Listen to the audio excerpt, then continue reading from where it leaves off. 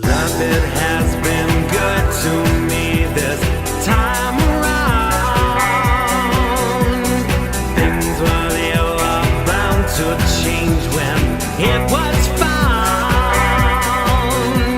Sugar never tasted sweeter on my lips. My heart is now intact and I can find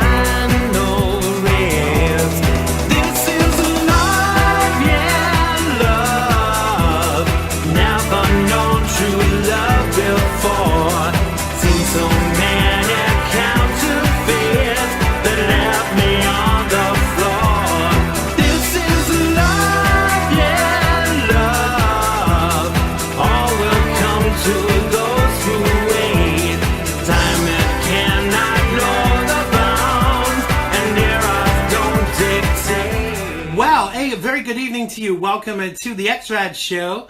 And my teleprompter has just stopped yet again.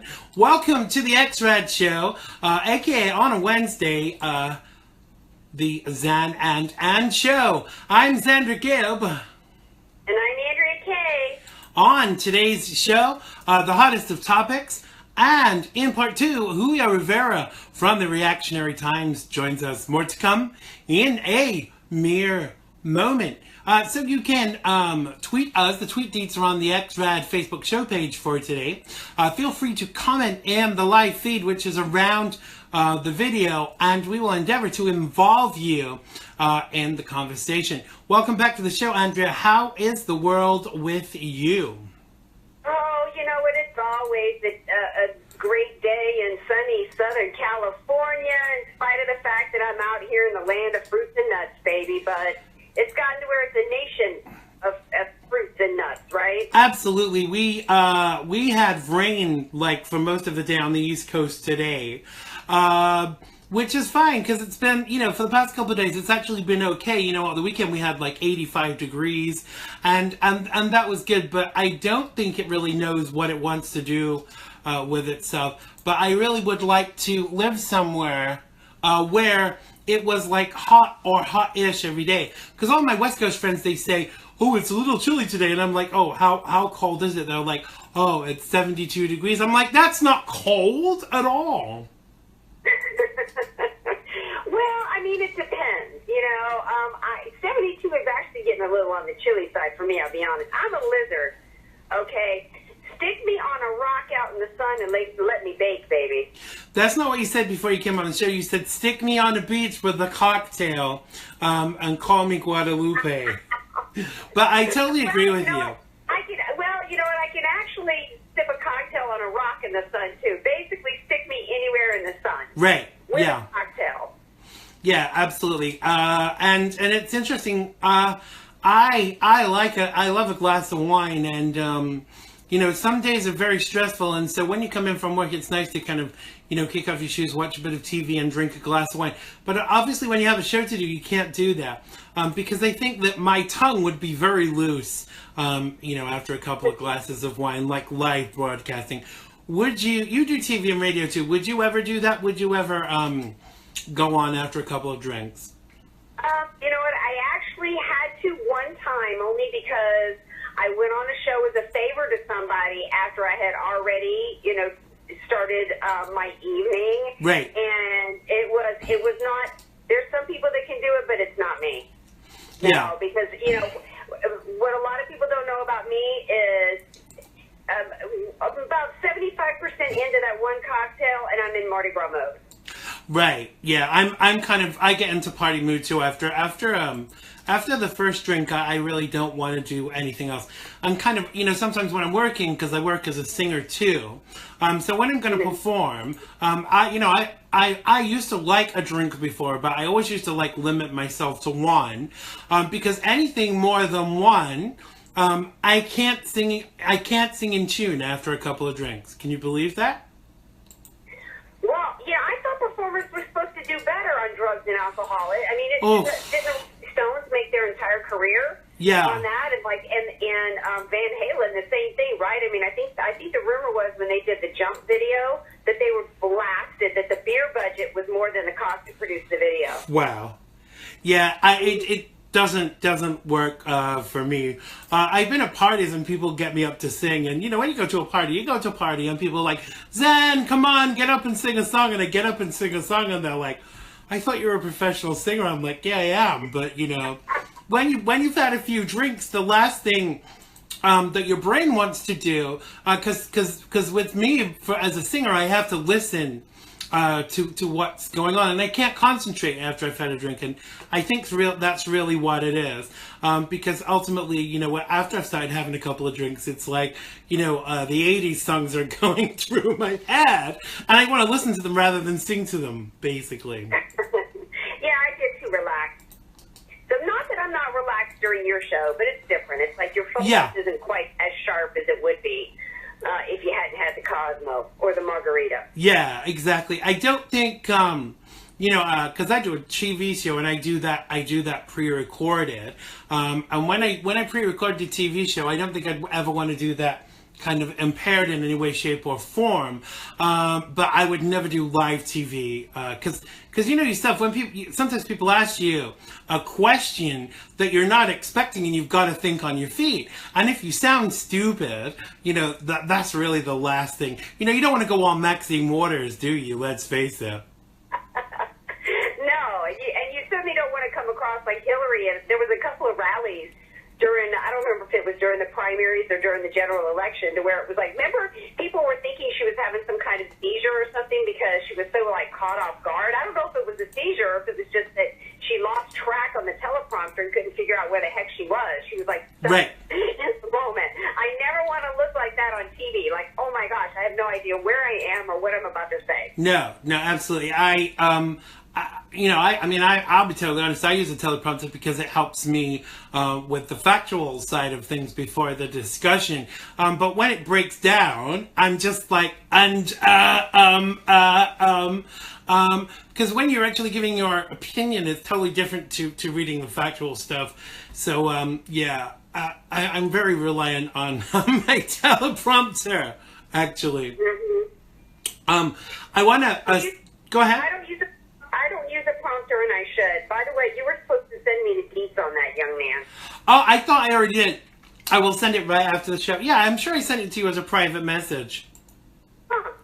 Well, Facebook just messes up half the time, especially in chat for me. Right. It's like I have to retype messages, and so I don't have Messenger on my phone, so I just only use messaging through Facebook when I'm on my laptop. Absolutely. Yeah, I try and ignore it because, what tends to happen is, an hour before the show, I'm prepping and everybody wants to talk to you and ask you questions. And in the nicest possible way, I can't do that. And so obviously you've got to prioritize. So everything gets switched off, the phones, the TV, because I got to get in that kind of broadcasting frame of mind. Because if I don't, you know yourself, it's a click, isn't it, really? Yeah, it is.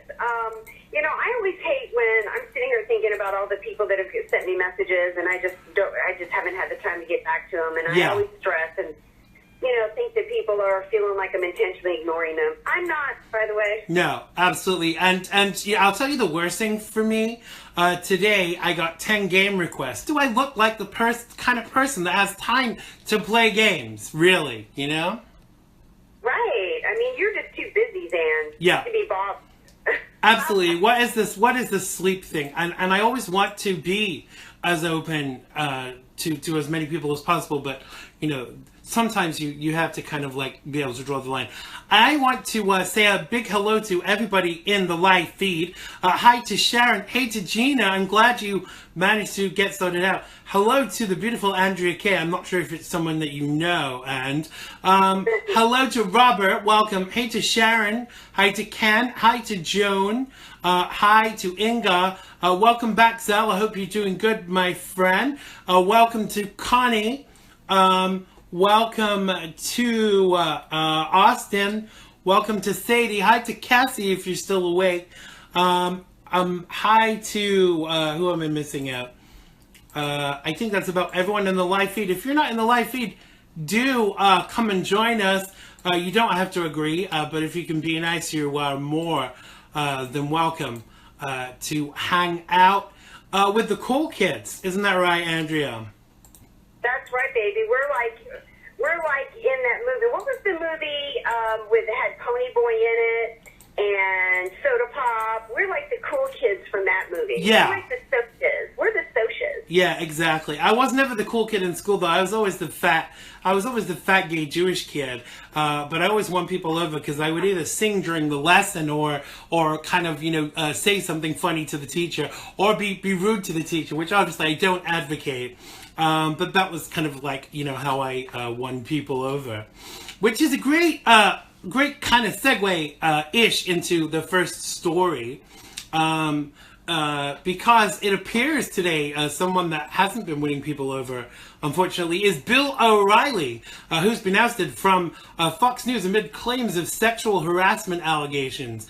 21st Century Fox, who obviously owns Fox, said after a thorough and careful review of the allegations, the company and Bill O'Reilly have agreed that Bill O'Reilly will not be returning to Fox News Channel. The decision to can O'Reilly appears to have been made yesterday by the... I'm sorry, my teleprompter has stopped again and is doing something weird. By the network. O'Reilly has been off the air since last Wednesday, part of what was billed and planned as a vacation around the Easter holiday. He initially planned to return to his 8 p.m. show on April 24th. Now, O'Reilly, who is no stranger to controversy since the start of this month, after the New York Times reported that 5 women have allegedly received payments coming to about $13 million. I never got my payoff bill. In exchange for agreeing not to pursue litigation or to speak about accusations related to sexual harassment or inappropriate behavior. Now, O'Reilly has denied the allegations and said he entered into settlements to spare his family. His attorney said yesterday that the host was the target of a smear campaign funded by far-left advocacy groups.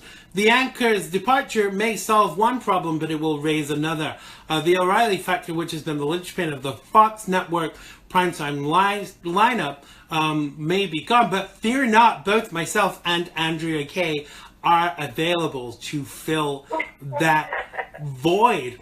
So it's interesting. He says about right-wing, left-wing pressure groups. And I'm not just saying this for the sake of it, but I actually see that. I mean, when you think about it, Maxine Waters and people like Rosie O'Donnell, etc., have been actively campaigning to get him fired for the past few weeks. I think that absolutely he's been the target of left-wing groups and organized efforts to bring him down for a long time.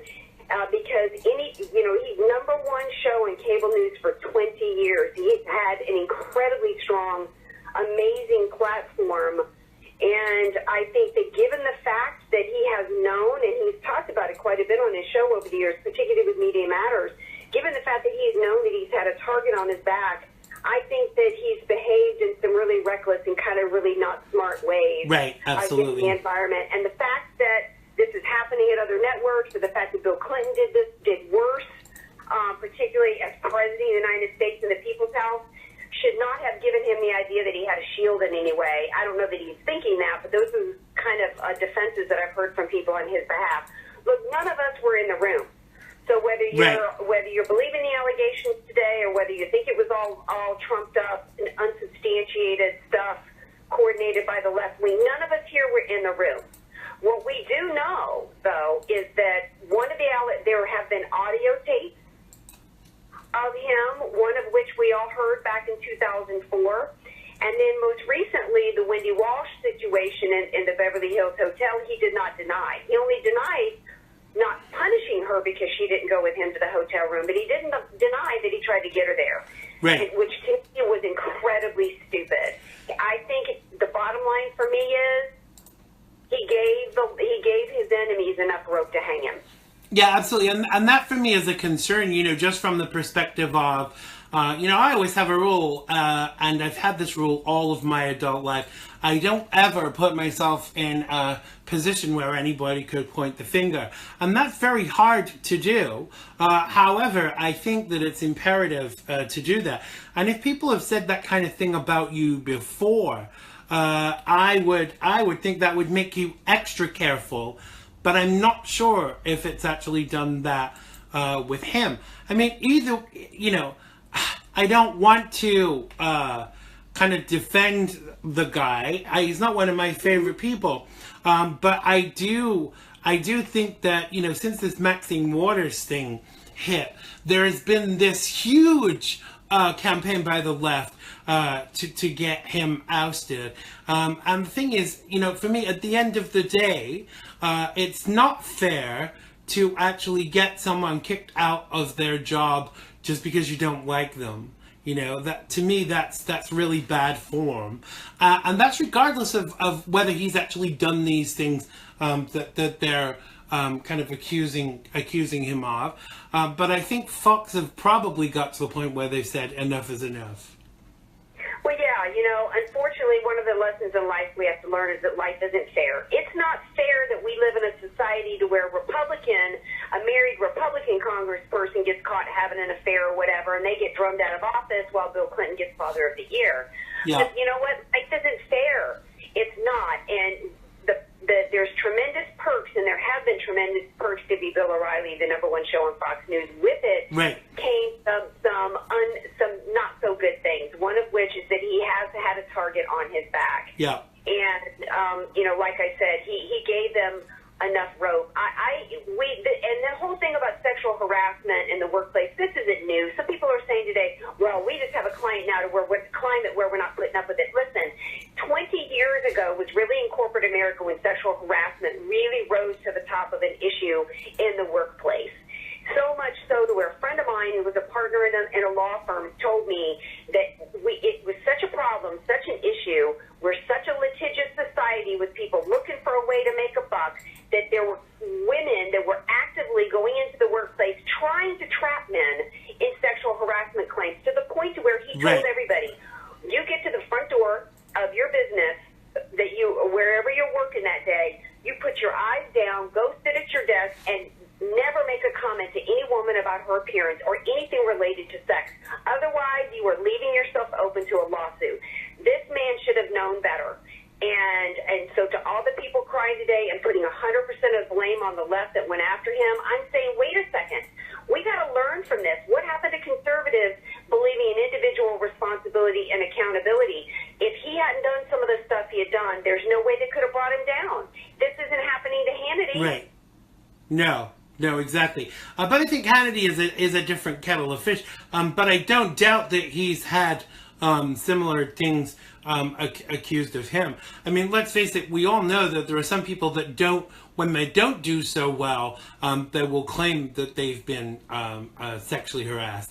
And that's a concern, because it's like, the boy who cried wolf, because when someone comes along and they've genuinely been threatened or accosted, the fact that they might not be believed is wholly concerning as far as I'm concerned. But, he's done this for a long time. I am sure that the severance package that he gets will be, pretty good. If they've paid $13 million out to women in order to keep him, in order for him to go, he's going to get a big severance package. So I don't think he's going to kind of be concerned. And I'm sure there will be other opportunities for him.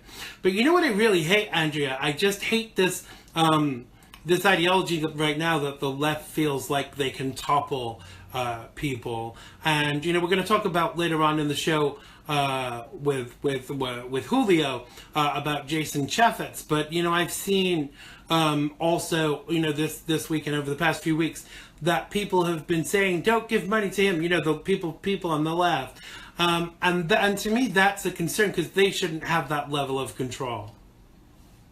Don't give money to him. I'm not sure what you're referring to. With regards to don't support his campaign to run for office again. Well, and again, I'm not sure what you mean by don't support his campaign. Who's the you? Jason Chaffetz is announced today. We're going to talk about this later on in the show, that he's not going to run for office again. Okay, yeah, I heard that. And basically, there's been a huge move on the left, especially with celebrities, to kind of target him and badmouth him, and basically say that he shouldn't get, don't support his campaign.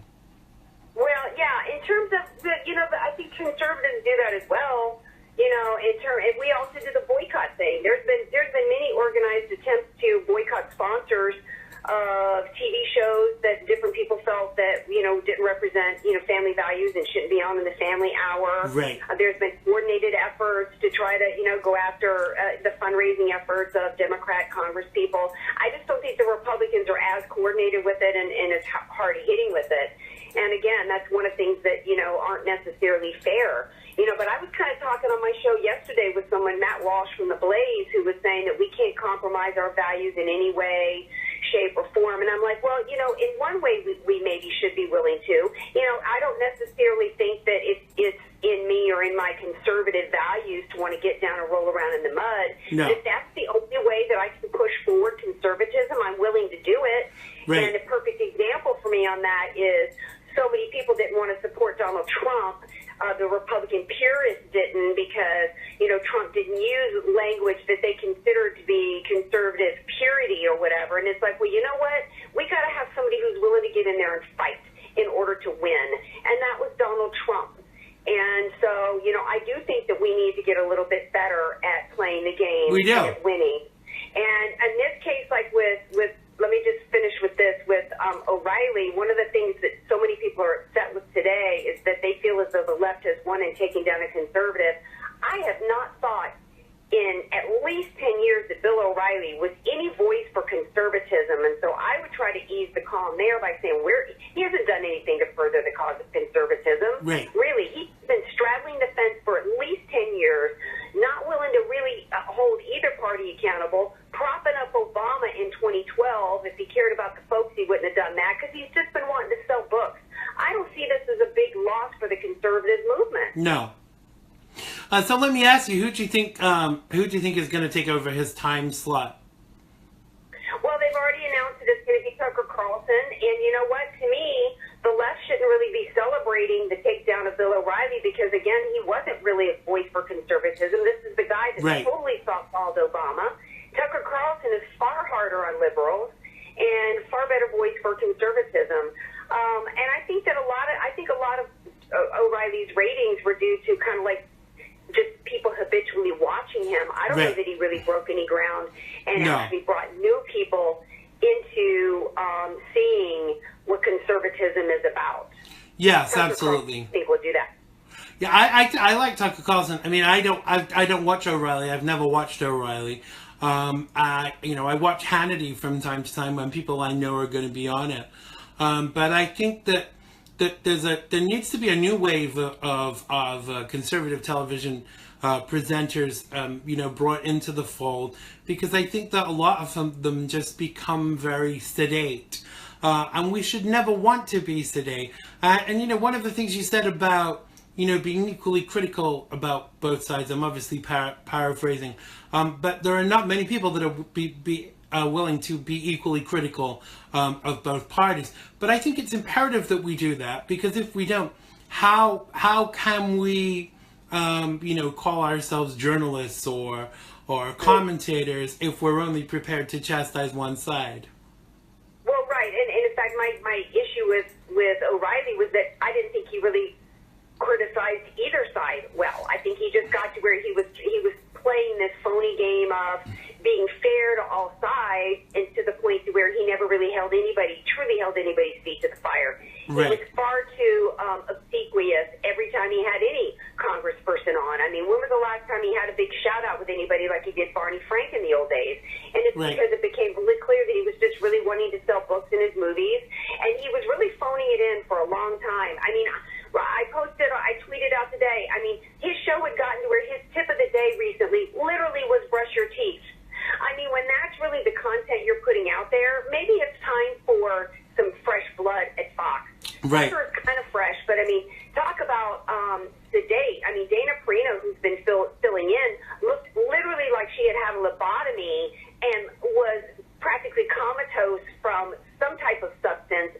know what it was. Good God, Fox, you see this as an opportunity to bring in some people with some spark. Yes, exactly. I mean, I don't think Megyn Kelly was any great loss.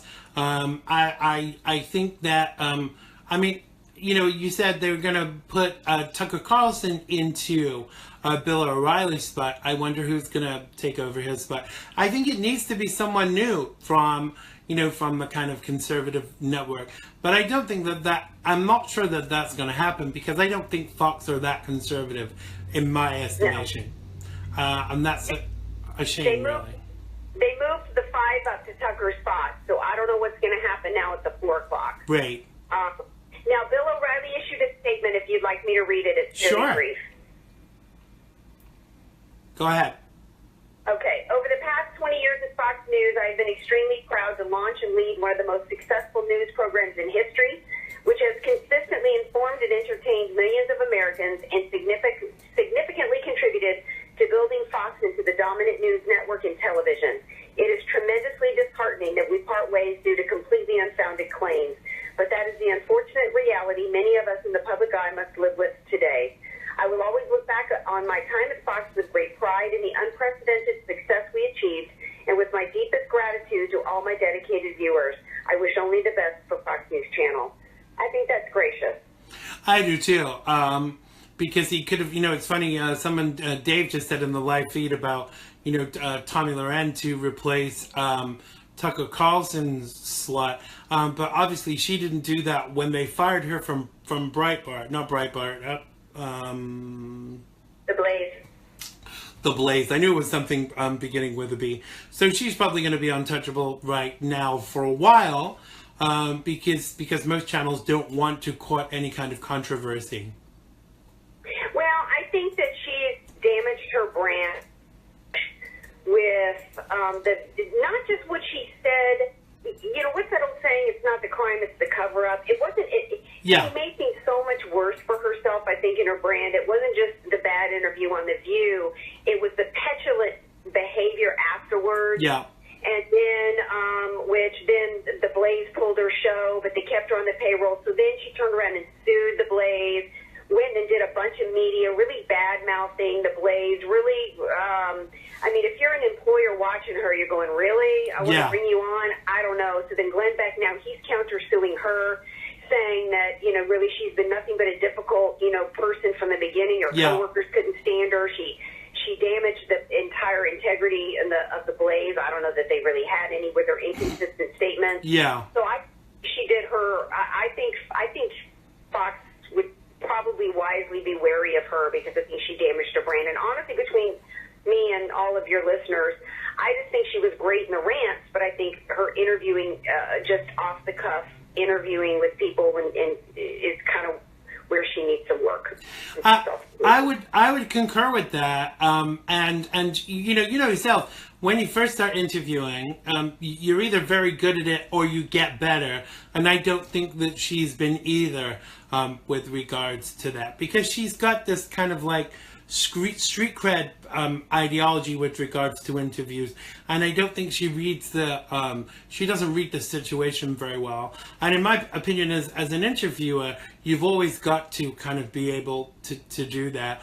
You know, you've got to be able to get your story and get your answers, but you know, I don't think that she's that good at that side of it, personally. Yeah, I think that probably 5 years from now, I think, you know, she'll get picked up somewhere probably, and I think that she's just really young. I mean, I think a lot of this stuff and the way she's handled stuff is just because she's just really young. I mean, I'm glad that I didn't have to live my life out in the public eye like that at that age, because, man, I was stupid for a while. Yeah. So I think she's got a lot of talent, and I think she's very beautiful, and I think that she's, I think, you know, she's got a rising star. I think her trajectory of that star isn't going to be quite as fast maybe as it might have been, but I think she'll get there. I think she just needs a few more years.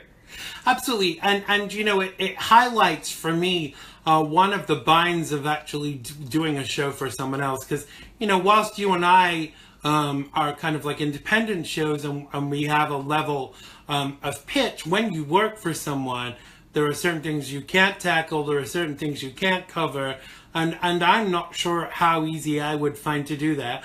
But if they're paying you, you know, a six-figure salary or more, you're gonna kind of fall in line for what they want you to do.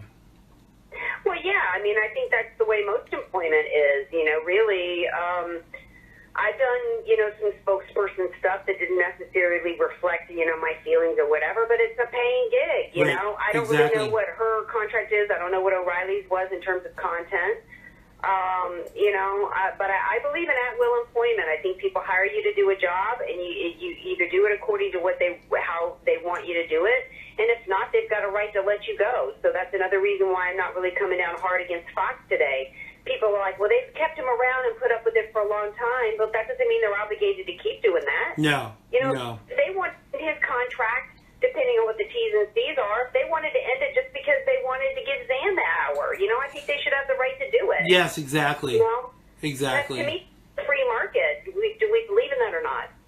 I think we have to, because otherwise it's kind of it doesn't work, and it's not fair. And I think that if you're no longer either right for what you're doing, or you've messed it up, then you need to go, because there are bigger things at play here than just individuals, I think. Yeah, you know, I think clearly Fox News has been taking a turn to the left for a while, and I think they've got the right to do that. You know, I mean, I haven't really been watching it in a long time anyway. I think that a lot of people are just really kind of turned off of traditional cable news and kind of gotten turned off with Fox for a while now. So I think Tucker, you know, is kind of saving some of their conservative, and Hannity's got a solid, but you know, we'll see what happens. I mean, I think that O'Reilly, I would kind of love to see him free himself from the shackles of an employer and see what he's like when he's just really real himself, because I haven't felt like he's been real in a long time. And I would kind of love to see him do his own thing on the internet where he doesn't have to answer to anybody, and really see who the real Bill O'Reilly is. Absolutely. And I'm not sure. I mean, I'm not over keen on him with his TV persona, so I'm not sure how I would feel about who the real Bill O'Reilly is. But watch this space. I'm sure we will see. Our guest is going to be coming on any minute, so I'm going to do the introduction before he calls in. So our guest tonight is a good friend of ours. He is a TV and radio presenter and a writer, and the founder of Reactionary Times. He is, of course, the fabulous, I was going to call him a Puerto Rican. He's called the Conservarican, and his name is Julio Rivera, and he will be joining us any second. You know, it's interesting. I think that if you or I were offered one of these spots, I mean, I can't speak for you, but I know I would kind of, take it, bite their hands off, as it were. But I would miss the freedoms that I have, because there would be kind of guidelines as to where you could and couldn't go. Yeah. You mean in terms of working at a network? Yeah, I think working at a network and having a network show, they would want to rein you in on lots of things.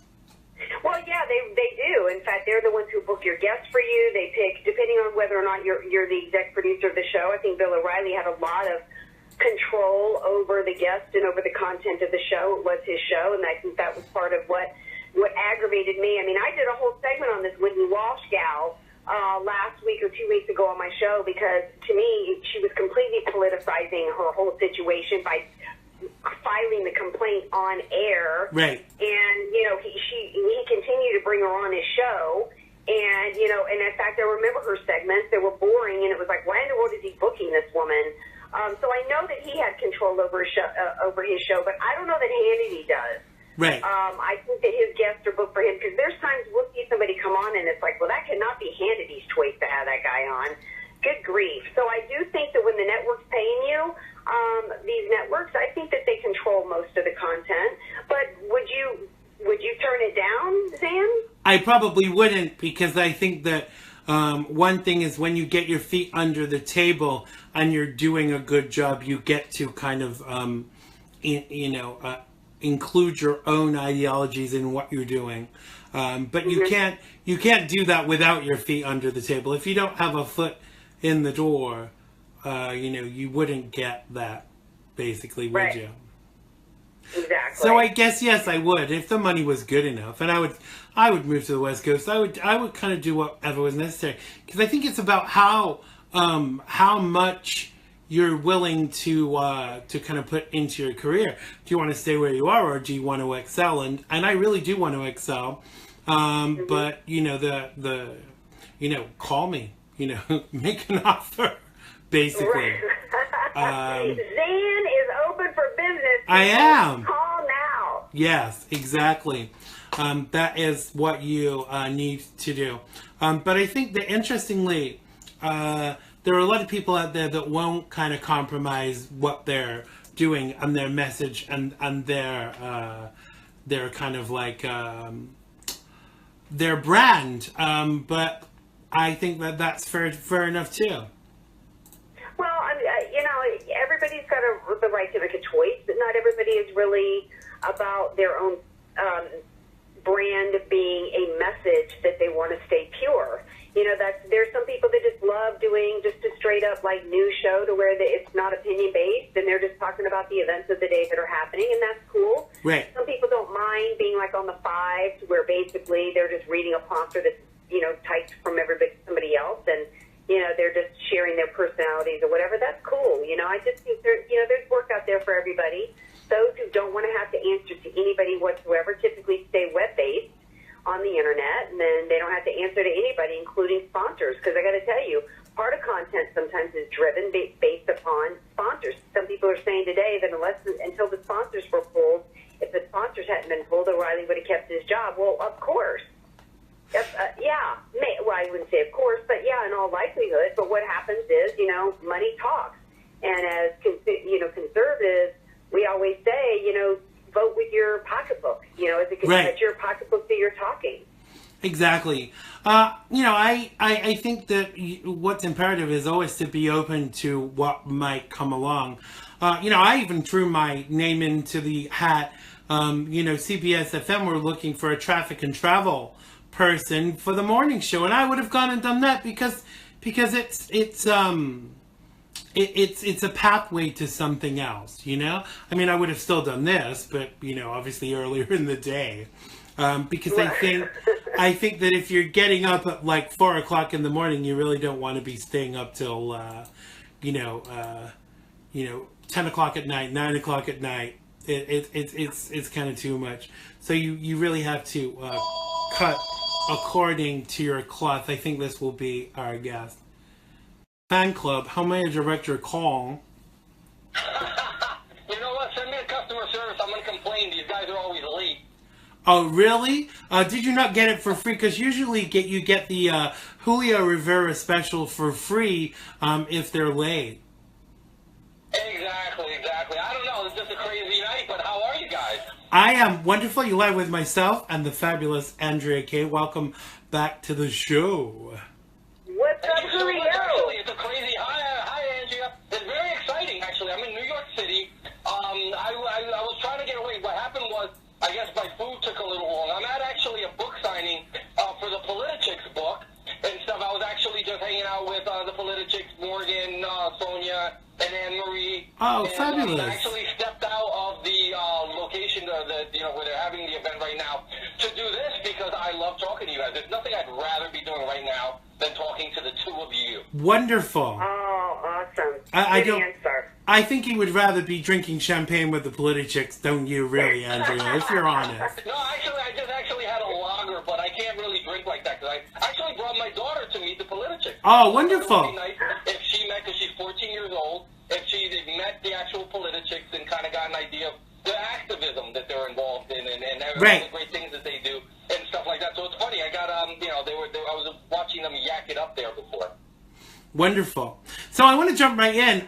You wrote an article today, which kind of sparked a conversation idea with regards to Utah Representative Jason Chaffetz, a Republican who investigated Hillary Clinton before the 2016 presidential election, but declined to investigate President Donald Trump, abruptly announced today that he won't run for re-election.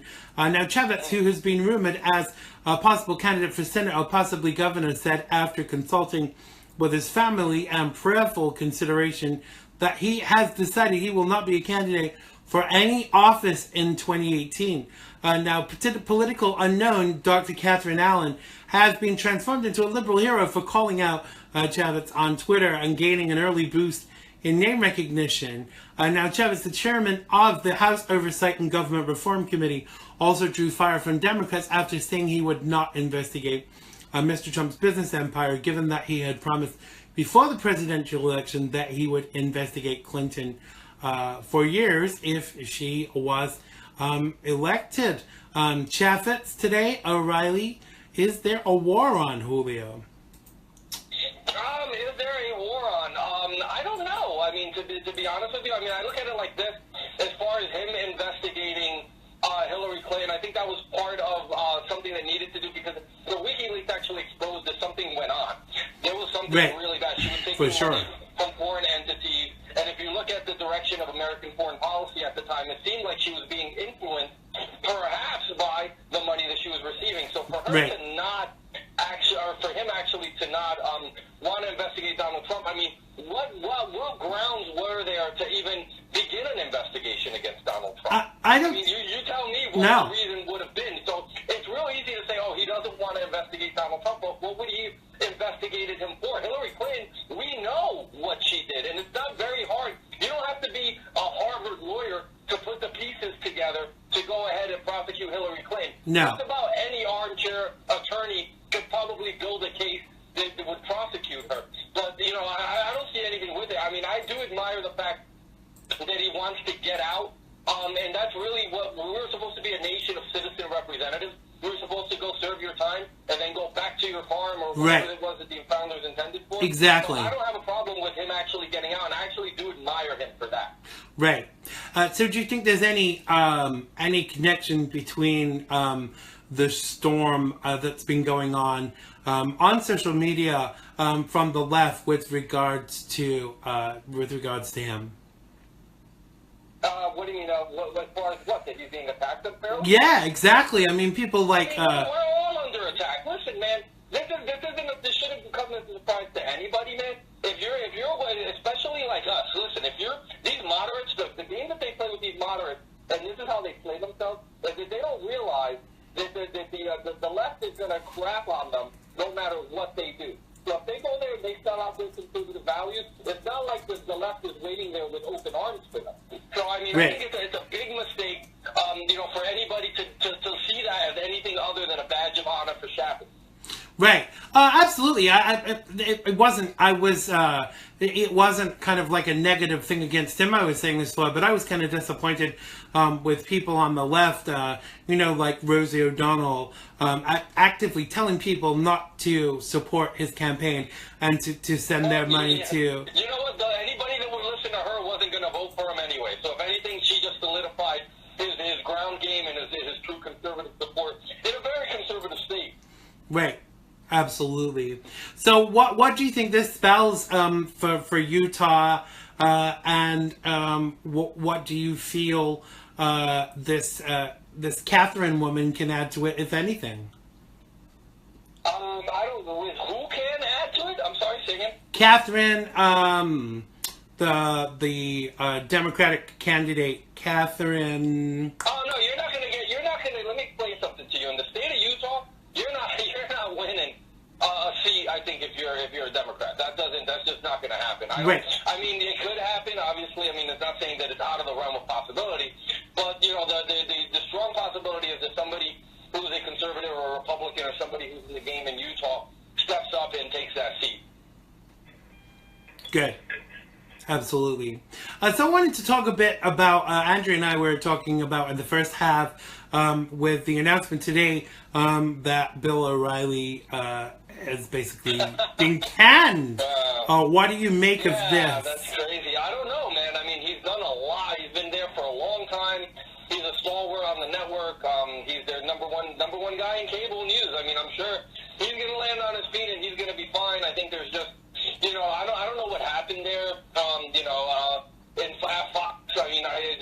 I don't know. I mean, there's a lot of crazy things went on, and, there's been a lot of things that said about O'Reilly himself personally, and some civil things that he's been embroiled in, I guess, due to some domestic issues, and I don't know if that necessarily played as part of it. I don't know what direction Fox is looking to take. I mean, I'm not sure where this all winds up for him. Pretty sure Bill O'Reilly will be fine, but it's crazy. The late night landscape on cable news is going to be changing in a big way with his absence. But I think it's one of those things that there's a lot of great talent out there, and we'll see what winds up coming in and how Fox deals with it. I'm sure that they'll deal with it in the best possible way. And at the end of the day, when the rubble clears, they'll probably still be number one in news.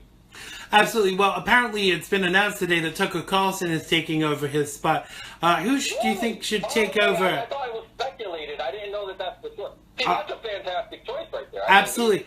But right now with the white top. Who should take over? Who should take over Tucker's spot? Do you think Andrea or myself? What would be the best way I think forward? What they should do, they should put together a three-headed monster of Andrea Kaye, who achieves the beauty. Then I'll do the brawn. Then Xander, you can do the brains. And we can put together a three-person show. Yeah. Then we'll just rock Fox News forever. And what would we call it, do you think? We call it Xrad. Yeah, exactly. That's a fabulous Either way, we're idea. around anyway. So I mean that actually works well. Absolutely.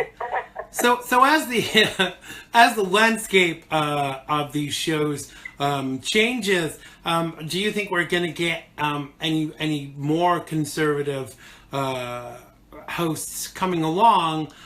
Because one of the things we discussed earlier was that Bill O'Reilly is not really that conservative nowadays. Yeah, he's moderate.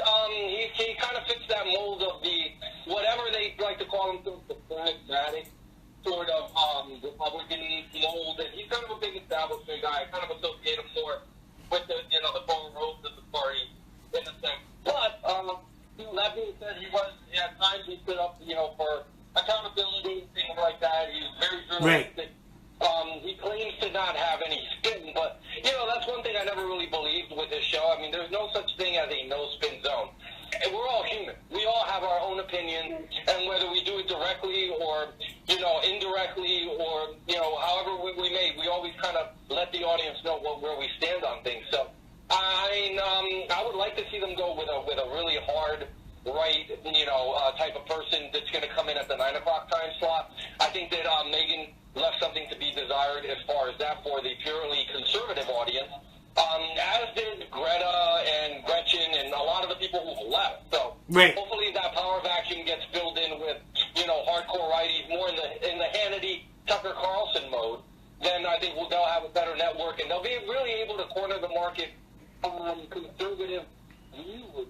Because right now, if you go too moderate, you're cheering the audience of CNN and other places like that. You want to just make sure that you cater to a really strong conservative base, which is a loyal audience. Right. It's interesting. Joe Messina just said in the live feed, Fox is going more left, and Shepard lost his mind. Yeah, I think that's been coming for some time. What say you, Andrea Kaye? Well, I think that I agree that Fox is continuing to move to the left. I think that's one reason why they really didn't mind, even though O'Reilly wasn't a true conservative. I don't think Fox really minded so much that this happened. Although, I'm still, even as I say that, I'm not convinced that that the brothers Murdoch, I guess, sons, hated O'Reilly. I mean, it's the business we call show. Yeah. So I'm not buying the fact that Fox just really wanted him out and wanted to give up a $100 million a year show without some reason behind that. But I think there's an opportunity now for true conservative media to rise. Okay, Fox rose up, and like the Roman Empire fell in some ways in terms of the stalwart of conservatism. Maybe now it will be One America News. Maybe it might be Mark Levin TV, or it might be some new network that starts up, or maybe you might see CNN actually. If Fox can move left, you might see another outlet move to the right. Yeah, or maybe even Yeah, or maybe even Reactionary Times TV, Julio. Yeah, Reactionary Times TV, Newsmax. There's a lot of really good conservative outlets out there for, you know, people that share our opinions, which are obviously the you know, we've seen what liberalism has created over the last 8 years, and I have to, and I'm yelling this out in the streets of New York as I'm standing outside of the event, and I really don't care. I'm proud of what we are, and it's time for us really to take back the country. I mean, we started, I think, on Election Day of 2014. We actually really started on Election Day of 2010, but we got to get the right leadership in place, and hopefully, you know, we have people that honestly will do these things. I'm sick of any media.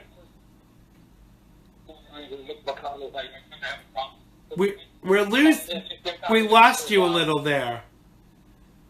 What was that? We lost you a little there. You watched what? We lost you a little there. Oh, you lost me. Oh, yes. I'm sorry. Yeah, I mean, I think it's time for the you know, for the conservative media sources to actually, you know, step up and really, you know, and take their rightful place at the top. Because listen, the elections are saying that the majority of the country want to go in this direction. Yeah. So you should not be afraid to report that way. I totally agree, and it's interesting that I've even though my my political ideologies have kind of gone full circle, you know, and I've gone through you know, epic changes in my ideologies. I've always wanted to keep it real, and it's never been about pleasing anybody, but actually being honest to myself. And I think that is what is missing from a lot of conservative media nowadays, unfortunately, that it's more about putting out there what they think people want to hear rather than being true to oneself. Would you agree with that to an extent, Andrea, or? Well, yeah, and, you know, I just think, you know, Fox rose to the top quickly and stayed there, and for many years they were conservative. Yes, they had the Brett Bears. Yes, they had, you know, the straight-up, you know, Shep Smith for a long time did a straight-up news broadcast before he came out and took the show left. Right. But other than a few straight news shows, they were a conservative news outlet. And you know what? They became the #1 news cable outlet. There is tremendous opportunity, and America is even more conservative now than they were 8 years ago. So I just think it's time to be optimistic, and because there is a market out there, and there is. Every outlet has the right to decide what their brand is and what their point of view is. I think as long as they're honest about that. I don't like supposed news outlets pushing ideology under the guise of news. But other than that, you know, there's enough market out there for everybody. Yeah, I absolutely agree, and I think that the proof of the pudding will be in the eating, but I don't think it's going to actually happen on Fox. I think Fox has been in decline, and I really think that even though, you know, I like Tucker Carlson, you know, I think he's very good. I just wonder what they will. You like his head? Do you like it more than Rand Paul's though? That's the question. Exactly. Yeah, I want to take my hand and run my hand through it and like mess it up a little bit. So both of them, but with Rand Paul, I'm afraid that my hand will get stuck and I might not get it back. Absolutely. I'm starting to worry about you, Julio. But we are coming to the end of our time together. We do want you to, when you go back inside, give our love to Emery and Morgan and the rest of the politics. But tell people where they can find out more about you, and tell us what you've got coming up soon. Yeah, reactionarytimes.com. Reactionary Times TV is coming soon. Check out my blogs. My blog's on Politic, Right Wing News, and Newsmax. I've been writing a lot lately. Right. And I'm actually, for the first time, I'm going to be on the Tom Hartman show on RT America next Wednesday. So I'll be taking on a very liberal show host on Wednesday next week, 7 p.m. And I believe that's 280 on Dish Network, RT America. And, you know, you can always see me on Newsmax. I'm usually on America Talks Live. I was on yesterday, actually, but, you know, that's a constant thing. Absolutely. So thank you so much for joining us, the one, the only, the fabulous Mr. Julio Rivera. Don't forget to give our love to the Politichicks, and we will speak to you again very soon, Julio. All right, goodbye, Xander. Goodbye, Andrea. I love you guys. Thanks a lot, buddy. Love you too. Take care. Bye-bye. Bye-bye. That was the fabulous Julio Rivera, the Conservarican. We are about at the end of the show. Thanks to everyone who has made today's show possible. Apparently I just froze. There is a little cold here on the East Coast tonight, Joan. Thanks to our guest, Mr. Julio Rivera. Thanks to everybody in the live feed. Thanks to my wonderful, fabulous co-host, Andrea Kaye. Tell people where they can find out more about you, Andrea, and more importantly, where they can listen to your show. Well, thank you, Zan. My show is Tuesday, 6 p.m. here in San Diego on AM 1170, The Answer. I actually do a Facebook Live broadcast at 10 a.m. Tuesday mornings, and more about me can be found at AndreaKayeShow.com. Most importantly, I'm right here with my man Zan, Wednesdays. Absolutely. And it is always a pleasure to work with you, Andrea. I hope we get to do some TV together very soon, because that should be very, very interesting. But for now, please make sure you go and check out the fabulous Andrea Kaye. Her show is on Tuesdays. You can catch her live Facebook show during the day on a Tuesday, and her radio show on the evening, the Andrea Kaye Show. Make sure you check it out. Thank you so much to the wonderful Andrea Kaye. Thanks a lot, Andrea. Have a great week. You too, honey. Bye-bye. Thanks a lot. Take care. Lots of love. Bye-bye. Bye-bye, honey. That was the fabulous Andrea Kaye. Make sure you go and check her out. It's been great to share with you tonight. On our show tomorrow, we have Swoop, who is my co-host, and our guest is David Weissman. Make sure you stay safe. And check her out. It's been great to share with you on our show tomorrow.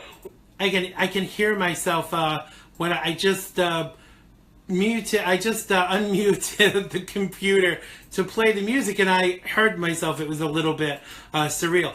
So stay safe and warm out there if you're on the East Coast. Have a wonderful rest of the week, and we will see you tomorrow on the Xrad Show. I love you all. Bye-bye. Love, never known true love.